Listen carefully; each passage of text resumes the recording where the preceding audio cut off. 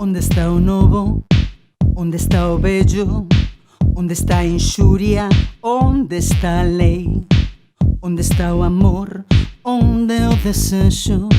Onde está o mal? Onde está o ben? Onde está a direita? Onde está a esquerda? Onde é o fastío? Onde é o prazer? Onde é a verdade? Onde é a mentira? Onde está o mal? Ola, o meu nome é Héctor Cajaraville e son o autor do libro Ricardo Carballo Calero A pegada do compromiso. Trátase dunha obra pensada para o público infantil e xuvenil, é dicir, para a súa difusión e emprego nos centros educativos de primaria e de secundaria. Nos últimos tempos, para a elaboración deste libro, fixen unha profunda prospección na obra e na vida de Carballo Calero, para coñecer o máis profundamente posible a figura da persoa homenaxeada nas letras galegas deste ano 2020. Para iso, partía da máis favorable das situacións, o meu absoluto descoñecemento sobre Carballo Calero, a súa biografía e incluso os seus traballos literarios ou académicos. Por extraño que pareza, nunca lera nada sobre el ou feito por el, e iso permitiume achegarme á persoa e ao personaxe con total liberdade e sen ningún tipo de prexuizos. Deste achegamento parte este relatorio, que ten como obxectivo lanzar ideas que poidan servir para elaborar unha unidade didáctica arredor da figura de Carballo Calero. É dicir, non se trata de desenvolver unha unidade didáctica ao detalle ou unha serie de actividades esmiuzadas, senón de presentar propostas que logo se poidan concretar en actividades acaídas para cada grupo de idade ou para cada nivel educativo. Como dicía, o meu contacto coa figura de Carballo Calero partiu da maior das ignorancias. E o primeiro que me chamou a atención foi a súa intensísima biografía, onde eu imaginaba un sisudo teórico da lingua, da literatura, de vida gris e entregado aos seus labores académicos, apareceu ante min un personaxe fascinante, que tivo a fortuna, ou a desgracia, segundo o que iramos ver, de ser testemunha directa de todos os grandes acontecementos do século XX. Deste xeito, unha das primeiras propostas que se poderían lanzar alrededor da figura de Carballo Calero é establecer unha liña do tempo na que se poidan poñer en correspondencia os seus acontecementos vitais e máis os momentos trascendentais deste século trepidante tanto en Galicia como en España como no resto do mundo, o século XX. Momentos como a Primeira Guerra Mundial, a Guerra Civil, a Segunda Guerra Mundial, a dictadura franquista, a transición española, o restablecemento da democracia, todos eles ademais condicionaron, para ben ou para mal, a biografía de Don Ricardo. O seu nacemento en Ferrol no ano 1910, é dicir, hai 110 anos, coincide cunha etapa de bonanza da cidade departamental, daquela, aínda que agora custe crelo, unha das urbes máis puxantes da península, porto de recalada da frota británica, pero tamén da española, e en concreto o barrio de Ferrol Vello, onde nace Carballo Calero, era daquela un fervedoiro incesante de actividade comercial, marítima, pesqueira. E nese contexto tan efervescente e tan cosmopolita, transcorre a infancia do pequeno Ricardo, primoxénito dos 6 fillos que tiveron os seus pais que tivo o matrimonio. Por que era tan importante Ferrol naquela altura? De onde lle ven o nome de cidade departamental? Para completar a actividade, por que Ferrol pasou de ser unha cidade vigorosa e florecente a converterse na actualidade nunha urbe que perde poboación, que ten os mesmos habitantes que nos anos 40 do século pasado, que é coñecida como a Detroit galega, e que ve como toda a actividade económica foxe cara a concellos veciños como Narón ou para outras cidades galegas?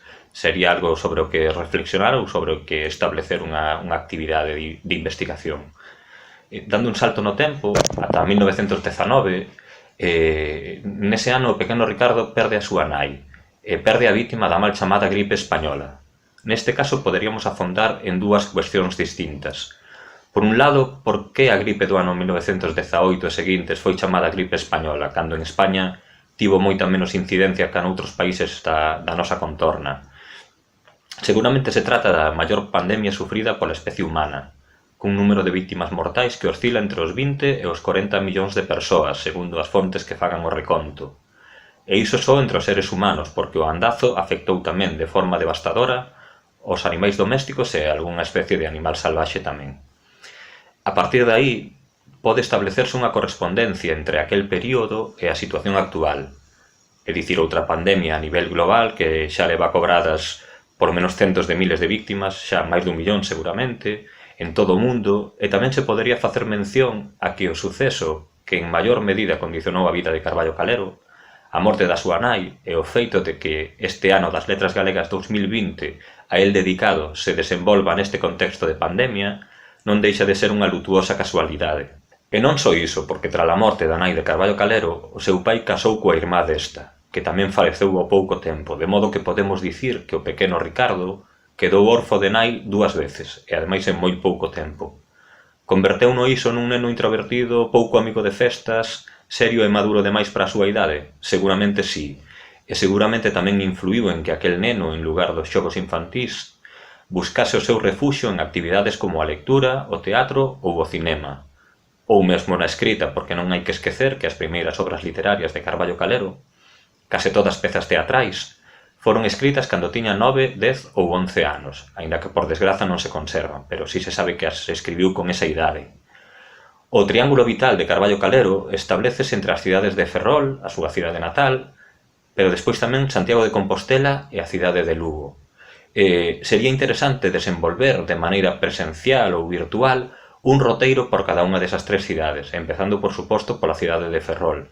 En este caso, o roteiro podería comezar pola súa casa natal, na rúa de San Francisco, o que serviría tamén para avaliar ata que punto os galegos e as galegas sabemos coidar e dignificar todas as cousas relacionadas cos nosos persoeiros máis notables, xa que a edificación ameaza derruba e non hai proxectos de rehabilitación nin sequera a partir do nomeamento de Carballo Calero como autor homenaxeado nas Letras Galegas deste ano 2020. A maiores, outras paradas ineludibles serían a Rúa da Madalena, onde se situaba a escola que asistiu o pequeno Ricardo e que estaba atendida pola profesora Dona Marina, a súa primeira profesora, e tamén o seu outro colexio, o segundo colexio, dirixido por Manuel Comellas Coimbra, que tal vez tamén tivo algo que ver no camiño literario que logo emprendeu Carballo Calero ao ser el mesmo tamén un literato, un escritor. Tamén o Teatro Jofre, por suposto, onde o xove Ricardo acudía para asistir a representacións teatrais que chegaban á cidade, pero tamén para ser espectador das proxeccións dunha arte incipiente naquela altura, o cinema. Habería que pasar así mesmo pola Praza Bella, epicentro do barrio histórico onde se criou Ricardo, e tamén polo propio concello da cidade, do que Carballo Calero foi funcionario entre os anos 1933 e 1936. Finalmente, o Centro Obreiro da Cultura, a institución probablemente máis importante no ámbito cultural no Ferrol da Segunda República, e onde Carballo Calero deu os seus primeiros discursos en prol do galego e do nacionalismo. Despois falaremos tamén da vertente ideolóxica e política do autor. En 1926, cando aínda non ten 16 anos, Carballo Calero conclúe os seus estudos de bacharelato por libre, xa que en Ferrol non había instituto, e despois de presentarse aos exames en lugares como a Coruña, Lugo ou mesmo Cidade Real, está en condicións de comezar o seu ensino universitario, e ese mesmo ano de 1926 chega a Santiago para formarse de cara ao seu futuro profesional. En lugar de matricularse nunha carreira próxima á súa paixón e á súa vocación pola lingua, ou a gramática ou mesmo a historia, decide comezar a carreira de Dereito, probablemente por crer que lle daría acceso a un traballo máis estable e mellor remunerado. Desde a morte da nai de Ricardo, o pai desatende os negocios e as empresas familiares e sómese nun illamento que fai que os ingresos familiares mingüen progresivamente. Xa non é aquela familia con persoal de servizo na casa e que pode ir de vacacións no verán, e quizáis Calero elixe máis desde esta conxuntura que desde a súa propia preferencia persoal. Nos últimos tempos da secundaria pode propoñerse algunha actividade a modo de reflexión sobre a importancia que ten escoller un tipo de formación ou outra de cara ao futuro, e cales son os elementos que se deben valorar nunha decisión así. Durante toda a súa estadía nas aulas da Facultade de Dereito, Carballo Calero erixirase como representante do estudantado, primeiro como presidente da Asociación de Alumnos de Dereito e logo da Delegación Compostelá do sindicato FUE. O futuro abogado destaca pola defensa dos dereitos do alumnado, un sistema de bolsas máis xusto, a prohibición da entrada das forzas de orde na universidade e tamén por visibilizar o galego dentro e fora das aulas. Aínda que se sabe que escribiu algún texto literario no seu paso da infancia á puberdade, especialmente obras de teatro, como xa dixemos, e aínda que xa colaborara en diferentes medios de comunicación durante a súa adolescencia en Ferrol, As primeiras publicacións de Carballo Calero coinciden co seu paso pola Universidade de Santiago.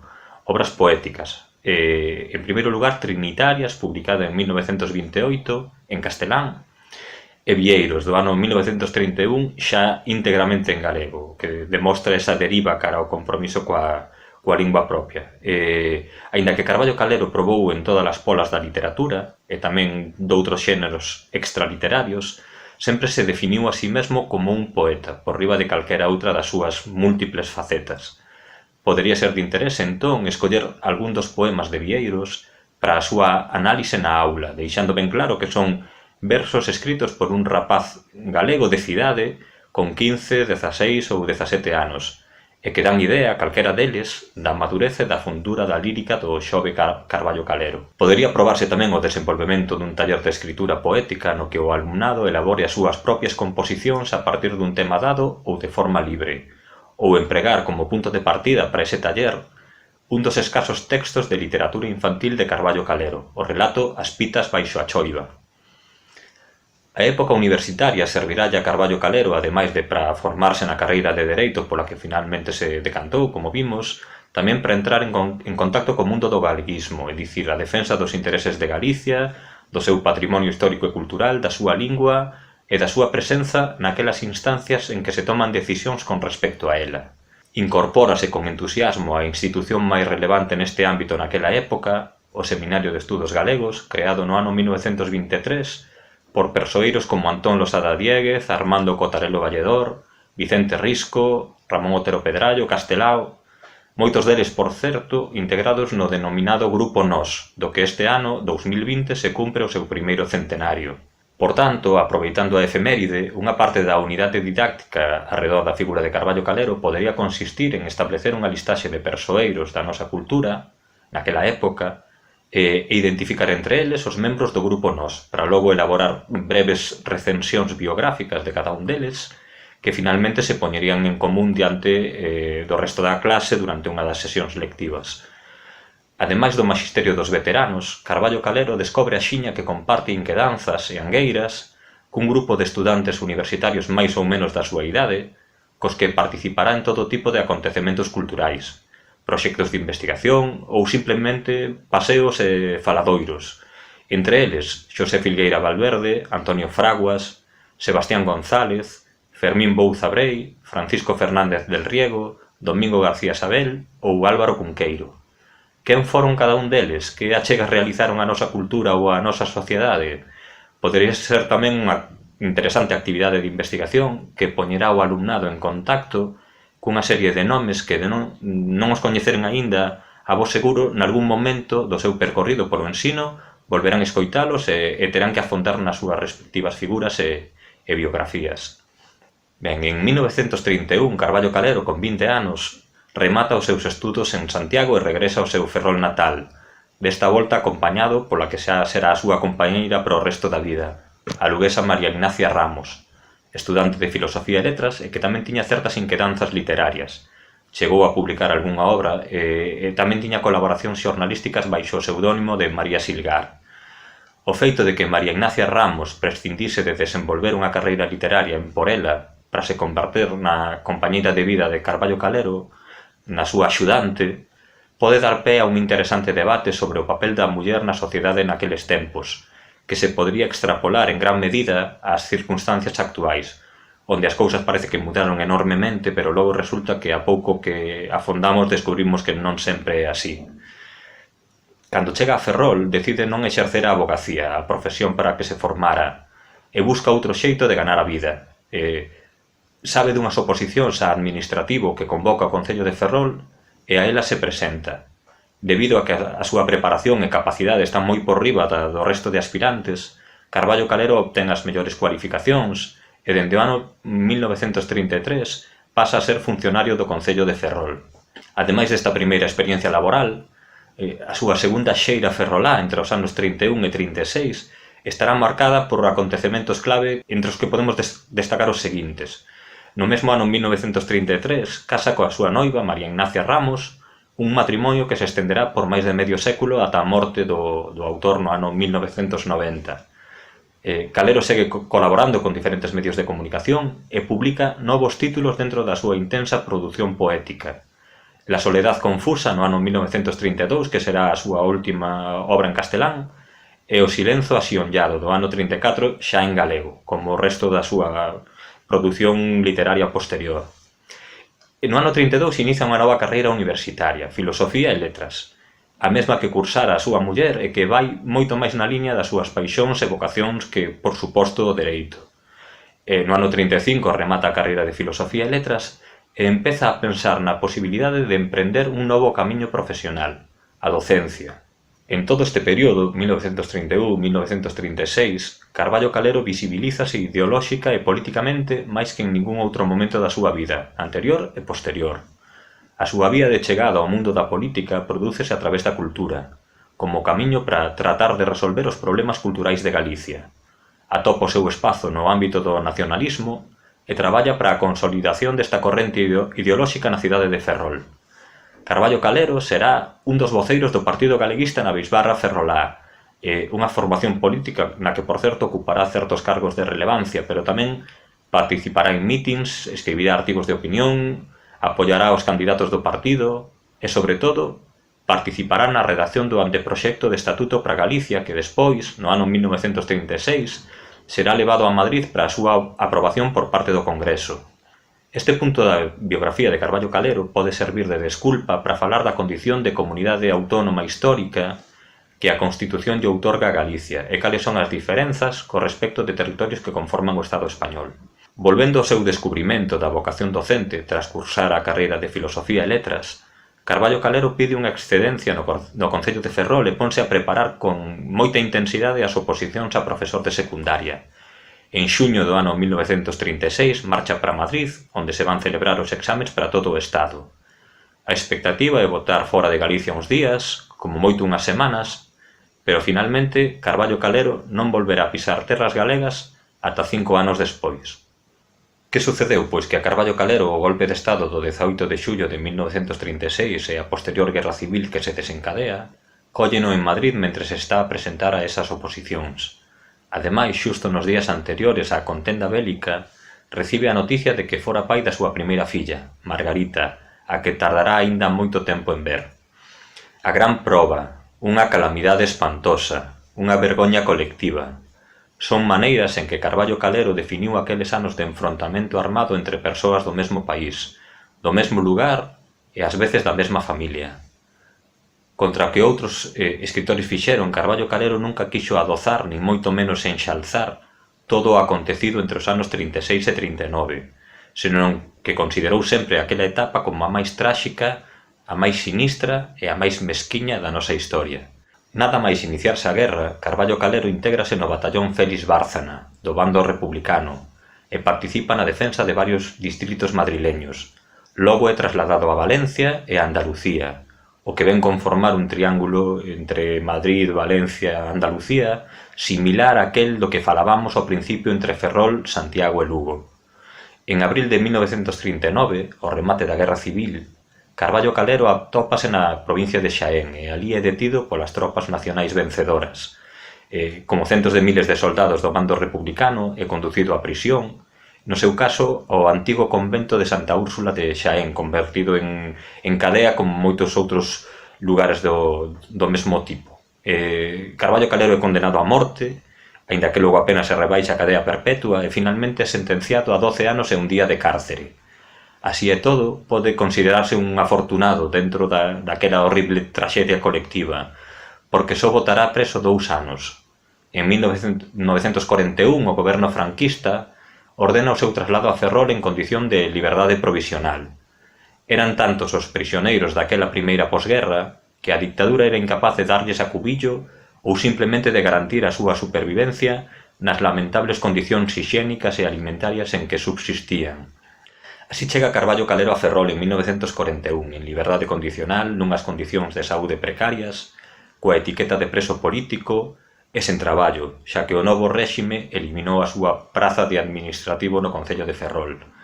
Tamén descobre que a súa casa foi rexistrada e que foi obxecto de saqueo. Os seus arquivos, a súa biblioteca, a súa correspondencia, todo desapareceu. Debido á escasa presenza de contido sobre a Guerra Civil Española no currículo educativo, malia ser o acontecemento probablemente de maior relevancia na nosa historia recente, a partir da experiencia de Carballo Calero, pode afondarse naquel episodio trascendental do que a información a dispor do alumnado é mínima ou ás veces incluso é nula. Volvendo á biografía de Carballo Calero, a única boa noticia ao seu regreso a Ferrol, alén da propia liberdade, foi a posibilidade de coñecer 5 anos despois do seu nacemento a súa primoxénita, Margarita. O ano seguinte, 1942, a familia completarase coa chegada da segunda filla, Vitoria. Son anos difíciles. Carballo Calero vese na obriga de aceptar colaboracións esporádicas en diferentes medios de comunicación ou de traballar en academias privadas para conseguir uns mínimos ingresos para ele e para a súa familia. Pese a todo, de novo pode considerarse un afortunado, porque outros pagaron a súa posición ideolóxica contraria ao franquismo coa morte, con penas de cárcere moito máis longas, ou co exilio fora de España. Carballo Calero será integrante do que se deu en chamar o exilio interior, é dicir, a posibilidade de permanecer no país, pero deixando a un lado todo relacionado coas manifestacións políticas, ideolóxicas ou de calquera outro tipo. De feito, Carballo Calero non volverá a participar en política nunca máis, nin sequera tras a transición española ou a chegada da democracia, a pesar das moitas ofertas que recibiu nese sentido. A finais da década de 1940 as cousas empezan a mellorar pouco a pouco na vida de Carballo Calero.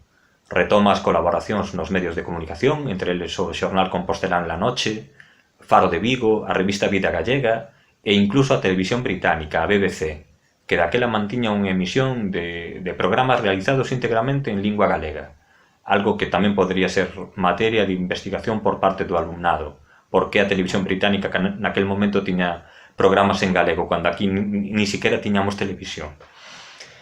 Pero o máis importante é que recupera o contacto co galeguismo anterior á Guerra Civil, co que non mantiña comunicación dende había máis de 10 anos, e que agora se aglutina arredor do Instituto Padre Sarmiento de Estudios Gallegos, herdeiro do Seminario de Estudos Galegos, pero controlado polo réxime franquista, como todo nese momento neses anos de dictadura. Así e todo, a pesar de que as cousas van mellorando, a cidade de Ferrol en que vive Carballo Calero coa súa familia non lles ofrece as posibilidades de futuro que desexan e deciden trasladarse a Lugo, terra natal da súa esposa. Unha vez alí, Carballo Calero comeza a traballar no proxecto do Colexio Fingoi, unha iniciativa do empresario e humanista Antonio Fernández López, a que Calero se incorpora como director, aínda que non pode ocupar oficialmente ou formalmente ese cargo, por ser un represaliado da ditadura franquista e estar aínda en liberdade provisional. A filosofía do Colexio Fingoi era herdeira da Institución Libre de Enseñanza, unha formación integral do alumnado nun contexto de neutralidade ideolóxica, tolerancia e respeto, cos alumnos e alumnas como protagonistas de todo o proceso formativo. Entón podería propoñerse ao mellor como actividade a busca de información sobre este proxecto pedagóxico, cando se iniciou, en que correntes se inspiraba ou se baseaba, quen foron os seus promotores, que pegada deixou no actual sistema educativo. No Colexio Fingoi, Ricardo Carballo Calero desenvolverá o seu labor de dirección do centro durante 15 anos, do 50 ao 65, un tempo no que tamén exercerá como docente, como profesor, e na súa faceta máis lembrada como coordinador ou organizador das obras teatrais representadas polo alumnado, algunhas delas da súa propia autoría. A súa paixón polo teatro, que comezara de neno naquel Teatro Jofre de Ferrol, atopa este camiño para desenvolverse dentro do ámbito da docencia ou do ensino. Unha atractiva proposta podería consistir en representar na aula algunha das obras teatrais de Carballo Calero, ou cando menos un fragmento. No meu libro Ricardo Carballo Calero, A pegada do compromiso, inclúense tamén algúns episodios da vida do autor narrados a xeito de texto teatral, o que tal vez podería servir como alternativa pola súa brevidade, pola súa sinxeleza e sobre todo porque o enfoque está pensado especificamente de cara ao lectorado infantil e xuvenil. Tamén ese mesmo ano ten lugar outro acontecemento importante na traxectoria de Carballo Calero, a fundación da editorial Galaxia, en cuxa posta en marcha participa como apoio intelectual, pois a súa situación non lle permite implicarse tamén na parte económica do proxecto. Nesta editorial publicará un dos seus ensaios de máis sona, 7 poetas galegos no ano 1955. A raíz disto, podería propoñerse unha investigación máis ou menos profunda sobre a creación da editorial Galaxia, quen foron os persoeiros que a promoveron, cal é a súa filosofía de traballo, Cal é a súa importancia para a cultura galega despois da Guerra Civil? En 1958 é chamado a formar parte da Real Academia Galega. O seu discurso de ingreso levará por título Contribución ao estudo das fontes literarias de Rosalía de Castro. A súa autora predilecta, sen dúbida, é a que dedicará numerosos estudos ao longo da súa vida. O encargado de responder ao seu discurso vai ser Ramón Otero Pedrallo, o que constitúe para Carballo Calero unha honra multiplicada por consideralo sempre o seu mentor e o seu referente intelectual. Pouco a pouco a presión do réxime franquista cos seus represaliados vai diminuindo e na cabeza de Carballo Calero empeza a formarse a idea de concorrer de novo ás oposicións de ensino secundario que a Guerra Civil truncara 30 anos atrás. Así, en 1965, volve a presentarse e aproba coa mellor nota do seu tribunal. Ten xa 54 anos. O profesor elixe como destino o Instituto Rosalía de Castro de Santiago, o Instituto Feminino da cidade. Cumpriría aquí desenvolver na aula algún debate sobre a pertinencia da segregación por sexos do alumnado, algo que daquela estaba generalizado, pero que aínda na actualidade se segue realizando, ás veces mesmo co apoio económico da administración pública. Toca, polo tanto, deixar Lugo para se instalar en Santiago, e antes de marchar da cidade das murallas, igual que fixemos en Ferrol, podemos establecer un roteiro que discorra polos lugares vinculados á figura de Carballo Calero.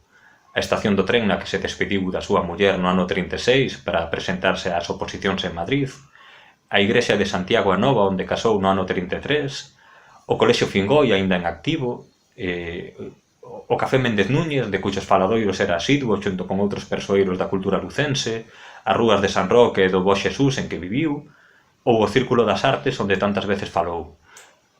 Comeza entón a segunda etapa compostelá de Carballo Calero, e desde a súa chegada en 1965 ata 1990, data do seu pasamento, Santiago será o seu lugar de residencia, a súa cidade. Alí, o que comeza sendo un traballo docente restringido exclusivamente ao ensino secundario, vai estendéndose cara ao ámbito universitario toda vez que se lle presenta a posibilidade de impartir materias optativas de galego na universidade, na carreira de Filoloxía Románica. Bota uns anos compatibilizando ambas as docencias ata que no ano 71 se convocan as oposicións á cátedra de Lingüística e Literatura Galega, ata ese momento inexistente. E tras un longo proceso, Carballo Calero é designado o primeiro catedrático de galego da Universidade de Compostelá. É a terceira oposición que aproba na súa vida, ten xa 61 anos e cumpre, por fin, un dos seus soños de xuventude, ser profesor universitario a todos os efectos. A partir dese momento, evidentemente abandona a docencia no Instituto Rosalía de Castro e centra os seus esforzos en dignificar a presenza do galego no ámbito universitario.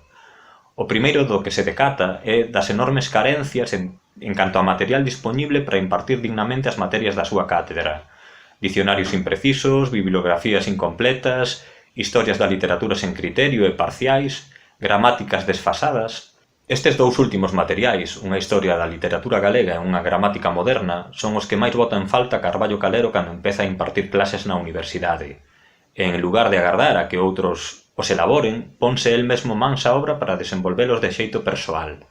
Malia non ser lingüista de formación, os seus coñecementos de linguas e literatura permítenlle afrontar ambos os proxectos prácticamente en solitario.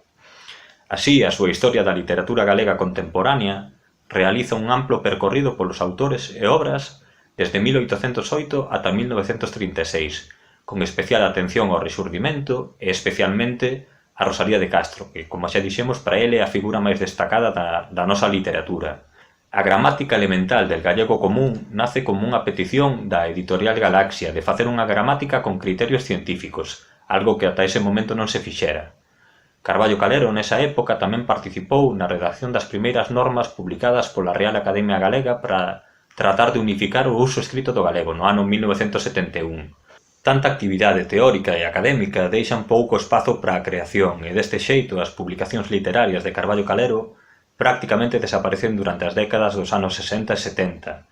Agás algunha obra teatral como a Farsa das Zocas, a súa peza máis representada, ou o Auto do Prisioneiro, tamén unha obra teatral.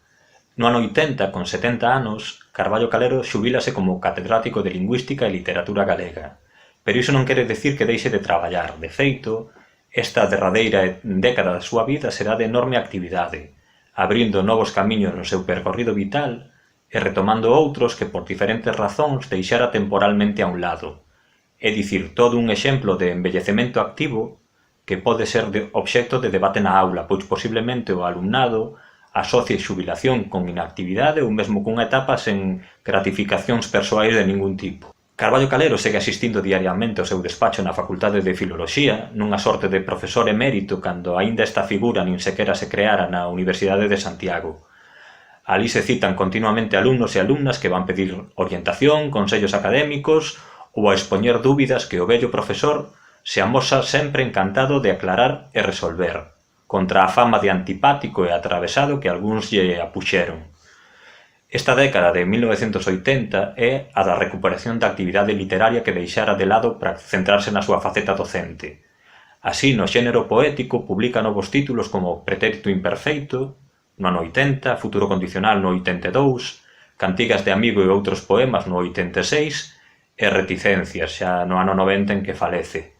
Tamén na narrativa achega un novo título, tal vez o máis exitoso da súa carreira literaria, a novela Escorpio, no ano 1987, é dicir, xa con 76 anos, e que será recoñecido co Premio da Crítica do ano seguinte, no ano 88. Continúa, ademais, co seu intenso labor ensaístico, tanto sobre a lingua, problemas da lingua galega no ano 81, da fala e da escrita no 83, do galego e da Galiza no 90, ou sobre literatura, libros e autores galegos no ano 82, letras galegas no 84, escrito sobre castelao no 84 tamén, e estudos e ensaios sobre literatura galega no ano 89.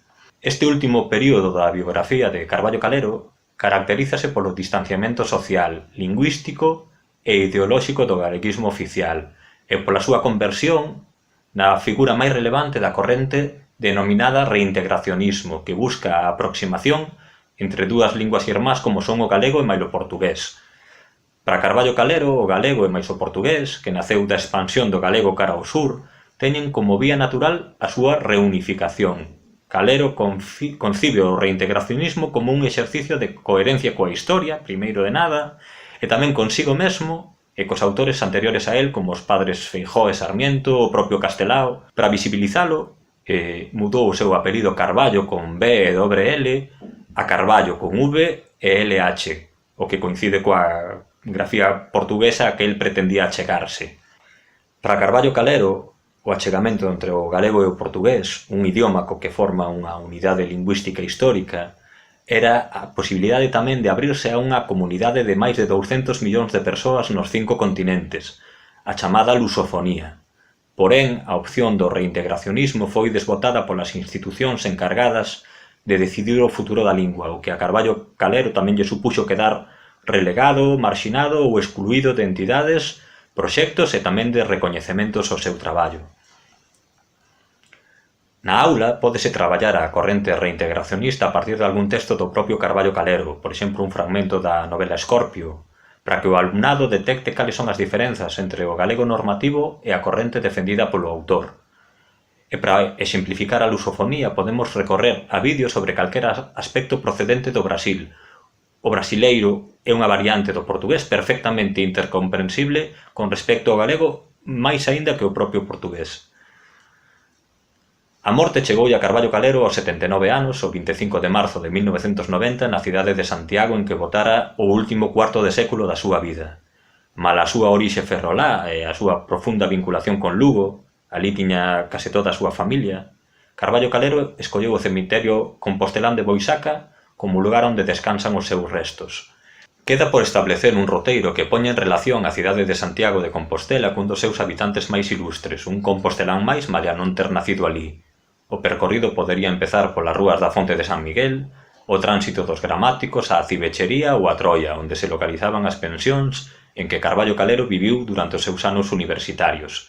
Non pode faltar tampouco a Carreira do Conde, onde viviu dende o ano 1965 ata o seu falecemento no ano 90, e onde se erixiu unha escultura na súa homenaxe.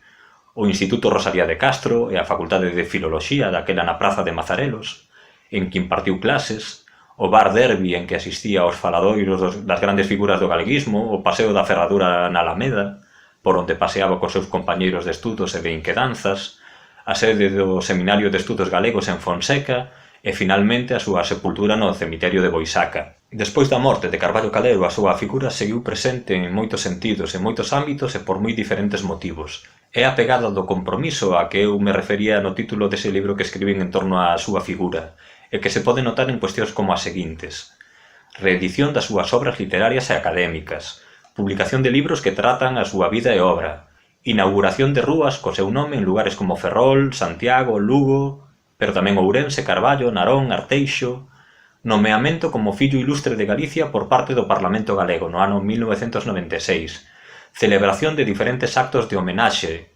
nomeadamente o Simposio Ricardo Carballo Calero, Memoria do Século, no ano 2000, e as xornadas Ricardo Carballo Calero, Ciencia, Literatura e Nación do ano 2010, e, por suposto, a concesión das letras galegas neste ano 2020 en que todo é diferente a calquera outro ano.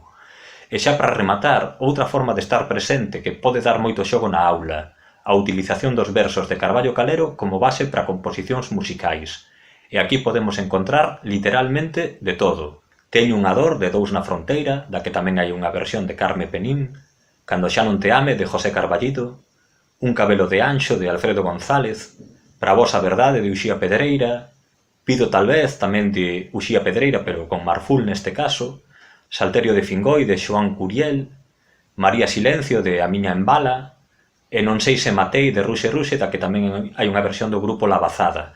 E finalmente, neste ano 2020, o proxecto Musicando Carballo Calero, que desenvolveron a GAL e máis a Radio Galega, e que contou coa participación de case 80 grupos e solistas que fixeron a súa versión musical de algún dos textos de Carballo Calero. Non hai tempo para máis, aínda que unha figura tan poliédrica e tan complexa como a de Carballo Calero ben podería dar para moitas outras propostas e moitas outras actividades. As que a min me pareceron pertinentes e acaídas chegaron ata aquí. Moitas grazas pola vosa atención, unha aperta moi grande e ata vernos. Onde está o novo? Onde está o vello? Onde está a inxuria? Onde está a lei? Onde está o amor? Onde o desexo? Onde está o mal? Onde está o ben? Onde está a direita? Onde está a esquerda?